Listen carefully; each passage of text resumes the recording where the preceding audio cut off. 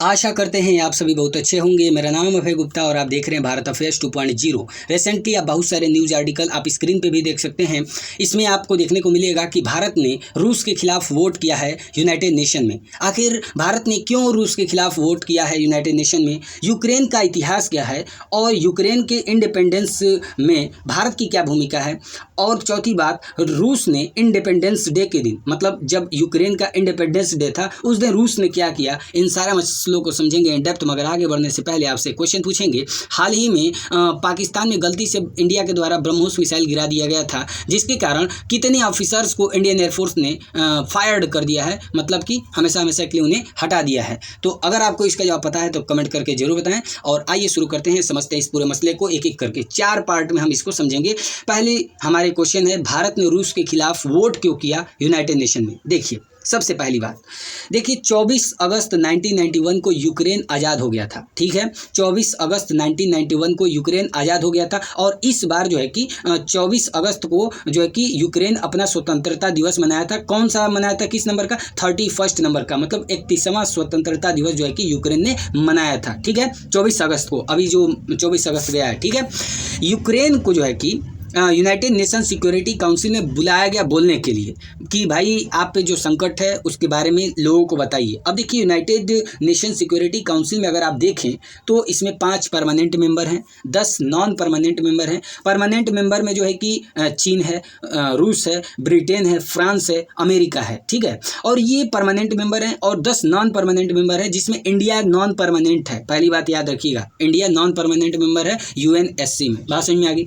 अब देखिए, यहाँ पे सवाल देखिए, यूनाइटेड नेशन सिक्योरिटी काउंसिल में लोगों ने जो है कि प्रस्ताव रखा कि यूक्रेन को जो है कि बोलने दिया जाना चाहिए यूएनएससी में, मतलब कि यूनाइटेड नेशन सिक्योरिटी काउंसिल में यूक्रेन को बोलने के लिए दिया जाए, मतलब समय दिया जाए। ठीक है, तो यहाँ पे बात ये हुआ, तो रूस जो है कि इस पे भड़क गया। आप सभी जान रहे हैं कि रूस और यूक्रेन के बीच में युद्ध चल रहा है, तो यूक्रेन को जब यूनाइटेड नेशन में अपनी बात रखने के लिए कहा जाएगा तो भड़केगा ही रूस। तो रूस ने अड़ंगा डाल दिया। क्या कहा भैया, रूस ने कहा कि देखिए, अगर यूक्रेन को बोलना ही है अपने बारे में तो सशरीर वे जो है कि आए, खुद यूनाइटेड नेशन में उन्हें आना पड़ेगा, जो है कि वर्चुअल वे नहीं आ सकते हैं। बात समझ में। देखिए, वर्चुअल का मतलब क्या होता है, जैसे आप किसी चीज़ को टीवी पे जो भी कुछ लाइव देखते हैं ना, वे वर्चुअल है। लेकिन आपका जैसे उसी में का जो व्यक्ति है, जैसे मान लीजिए कि इस समय हमको आप मोबाइल पे सुन रहे हैं, हम अगर आपके सामने आके एकदम रियली में बात करें तो वे हो गया आपका इन पर्सन, मतलब पूरा हम वहाँ पे आपको जाके रियलिटी में बैठ कर रहे हैं। लेकिन वर्चुअल का मतलब कि मोबाइल या आप डिजिटल जमाने से सुन रहे हैं। बात समझ में आ गई। तो सिंपल सी बात, रूस का कहना यही था कि इन पर्सन मतलब पूरा सशरीर वे आए, जो जेलेंस्की हैं, व्लादिमीर जेलेंस्की, यूक्रेन के प्रेसिडेंट, वे यूनाइटेड नेशन में आए और तब अपनी बात रख सकें। बात समझ में आ गई। तो इस पे जो है कि थोड़ी सी बहस हो गई। तो यूनाइटेड नेशन के जो भी मेंबर्स थे उन्होंने भैया कहा कि चलिए ठीक है, वोटिंग करा लेते हैं। ठीक है, तो यहाँ पे रूस को जो है कि रूस जो है कि यहाँ पे कहा कि ठीक है, वोटिंग करा लिया जाए। तो यहाँ पे बात ये हुआ कि देखिए, पहले तो टोटल कितने मेंबर हैं हमने आपको बता दिया कि 15 मेंबर हैं, जिसमें चीन भाग ही नहीं लिया। ठीक है, कहा कि अगर भाई दिक्कत हो जाएगा ना, चीन रूस के खिलाफ बोलेगा तो इधर भड़क जाएगा। तो सिंपल सी बात है, चीन ने भाग ही नहीं लिया। बचे कितने? 14 में रूस ने जो भाई रूस अपने खिलाफ कहाँ लेगा, तो रूस ने जो है कि अगेंस्ट लिया यूक्रेन के खिलाफ कि नहीं आएंगे तो भाई ऐसा शरीर है, इन पर्सन है। ठीक है, तो मतलब बचे 13 लोग। इसमें जो है कि इंडिया भी मान गया वर्चुअल मीटिंग के लिए। कहा कि भाई ठीक है, अगर यूक्रेन जो है कि अपनी प्रॉब्लम्स को, जो संकट वहाँ पे चला, अगर वे बताना चाहते हैं यूनाइटेड नेशन में, तो जो है कि वे वर्चुअली भी मीटिंग हो सकती है। मतलब व्लादिमीर जेलेंस्की जो है कि वर्चुअली जो है कि अपनी बात यूएनएससी में रख सकते हैं। अब यहाँ पे देखिए, यहाँ पे एक तरह से आप समझिए कि रूस के अगेंस्ट इंडिया ने वोट दिया है, या तो एक तरह से ऐसे भी देखा जा सकता है। देखिए, रूस जो था वे भी सोच रहा था कि भाई बोलने दिया जाना चाहिए, बस उसका तरीका क्या था कि सशरीर आए, इन पर्सन है। ठीक है, लेकिन इंडिया ने कहा कि ठीक है, वर्चुअली तब करा दीजिए, ऐसे भी बोलना ही है, ऐसे भी बोलना ही है। लेकिन वे चीज़ें संभव नहीं थी। अब भाई देखिए, यूक्रेन पर ऐसे ही युद्ध चल रहा है, तो यूक्रेन के प्रेसिडेंट, उनको जान का खतरा है। और वैसे भी आना थोड़ा मतलब अपने आप में एक बहुत बड़ी चुनौती है। ठीक है, तो यहाँ पे जो है कि ये बात है, ठीक है। तो यहाँ पे आप समझ गए होंगे कि इंडिया ने वोट किया है अगेंस्ट रसिया। आप ये समझे या तो वे तरीका समझे कि इंडिया ने क्या किया है। अब यहाँ पे देखिए इंडिया का जो प्रतिनिधित्व है यूनाइटेड नेशन में इस समय कौन कर रही हैं, तो रुचिरा कंबोज कर रही हैं। आप स्क्रीन पे इनकी तस्वीर देख पा रहे होंगे। बात समझ में आ गई। तो ये एक मसला आपको समझ में आ गया होगा। दूसरी बड़ी बात देखिए, यूक्रेन का इतिहास समझते हैं। यूक्रेन का इतिहास क्या है, तो सबसे पहले आपको बता दें कि 24 अगस्त 1991 में रूसी साम्राज्य से आज़ाद हो गया था। मतलब पहले ये यूक्रेन जो था रूस का इस पर कब्जा हुआ करता था और 24 अगस्त 1991 में जो है कि ये आज़ाद हो गया। इससे पहले ये किसका हिस्सा हुआ करता था, यूएसएसआर का। तो यूएसएसआर जब 1991 में टूट गया 15 देशों में, तो उसी में एक बना कौन, यूक्रेन, और 24 अगस्त को ये आज़ाद हो गया 1991 में, ठीक है। अब अगर इसके इतिहास को समझें, जैसे इंडिया आज़ाद हुआ है ना 15 अगस्त को ब्रिटिश से, जो अंग्रेज हैं, तो उसी तरह समझिए कि रूस से आज़ाद हुआ है यूक्रेन, ठीक है। अब इसका इतिहास समझिए क्या है।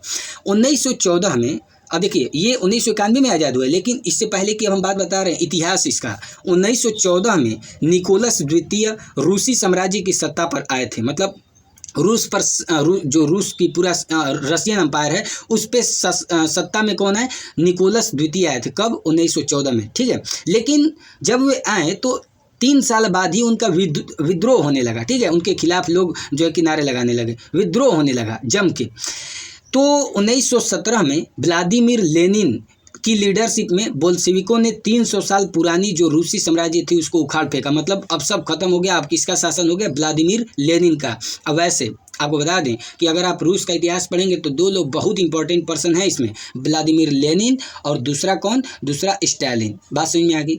चलिए आगे बढ़ते हैं। मतलब अब क्या हुआ, 1917 में व्लादिमीर लेनिन की लीडरशिप में अब इनका शासन हो गया, ठीक है। जो पहले का साम्राज्य था उखाड़ के फेंका गया, मतलब निकोलस द्वितीय खत्म, ठीक है। इसके बाद 1 साल बाद 1918 में यूक्रेन ने अपनी आज़ादी की घोषणा कर दी। लेकिन क्या हुआ, सत्ता की खींचतान में वहाँ सिविल वार होने लगे, गृह युद्ध छिड़ गया और गृह युद्ध में जूझ रहा था यूक्रेन। इस बीच क्या हुआ, 2/3 हिस्से पे लेनिन की जो लाल सेना थी, बहुत खतरनाक सेना, लाल सेना, लेनिन की जो लाल सेना थी वे यूक्रेन के 2/3 हिस्से पे कब्जा कर ली। बात समझ में आ गई। 1921 में यूक्रेनियन सोवियत स्पेशलिस्ट रिपब्लिकन की स्थापना की गई थी। 1921 में, ठीक है, यूक्रेनियन सोवियत स्पेशलिस्ट रिपब्लिकन की स्थापना की गई, ठीक है। 1 साल बाद 1922 में दिसंबर में यूक्रेन सोवियत यूनियन का एक संस्थापक सदस्य बन गया, ठीक है। 1932 में स्टालिन की, हमने बताया ना कि 2 लोग, स्टालिन भी, तो 1932 में स्टालिन की नीतियों की वजह से यूक्रेन में भयंकर जो है कि अकाल जैसी हालत पैदा हो गई। 1954 में इस विद्रोह की आवाज़ को दबाने के लिए सोवियत नेता निकिता ख्रुश्चेव ने क्रीमिया को गिफ्ट के तौर पे यूक्रेन को शामिल कर दिया। बात समझ में आ गई। फिर इसके बाद जो है कि 1991 आता है। 1991 में यूएसएसआर का जो है कि विघटन हो जाता है और इसी बीच जो है कि यूक्रेन फ़ायदा उठाता है और कहता है कि भैया हम भी आज़ाद हो गए, आज़ादी का ऐलान कर देता है 1991 में। और 1996 में यूक्रेन ने डेमोक्रेसी अपनाई, ठीक है, और अपना संविधान और करेंसी भी जो है कि उसने जारी किया। कमेंट करके बताएं कि यूक्रेन की करेंसी क्या है, ठीक है। अब हम आगे बढ़ते हैं कि जब यूक्रेन आज़ाद हो गया तो इंडिया का यहाँ पे क्या स्टैंड है। इंडिया जो है कि यूक्रेन के साथ कैसा बर्ताव किया, क्या उसको देश के रूप में माना या कैसे हुआ, आइए समझते हैं। देखिए यूक्रेन हमने आपको बता दिया कि 24 अगस्त 1991 को आज़ाद हुआ और आज़ाद होने के 2-3 महीने बाद ही इंडिया जो है कि पहला देश है जो यूक्रेन को जो है कि रिकॉग्नाइज किया एज ए कंट्री, ठीक है। बात समझ में आ गई। और इसके अलावा देखिए दिसंबर में जो है कि दिसंबर 1991 में हमने कहा ना कि 2-3 महीने में जो है कि इंडिया ने क्या किया, यूक्रेन को एक एज ए कंट्री जो है कि घोषित कर दिया, रिकॉग्नाइज कर लिया। और 1992 में, ठीक है, लगभग 1 साल बाद जो है कि 1992 में जो है कि डिप्लोमेटिक रिलेशन भी बन गए यूक्रेन और इंडिया में, ठीक है। इंडिया की जो एम्बेसी है कीव में, यूक्रेन की राजधानी कीव में जो है कि 1992 में, मई 1992 में जो है कि वहाँ पे खोली गई थी, ठीक है।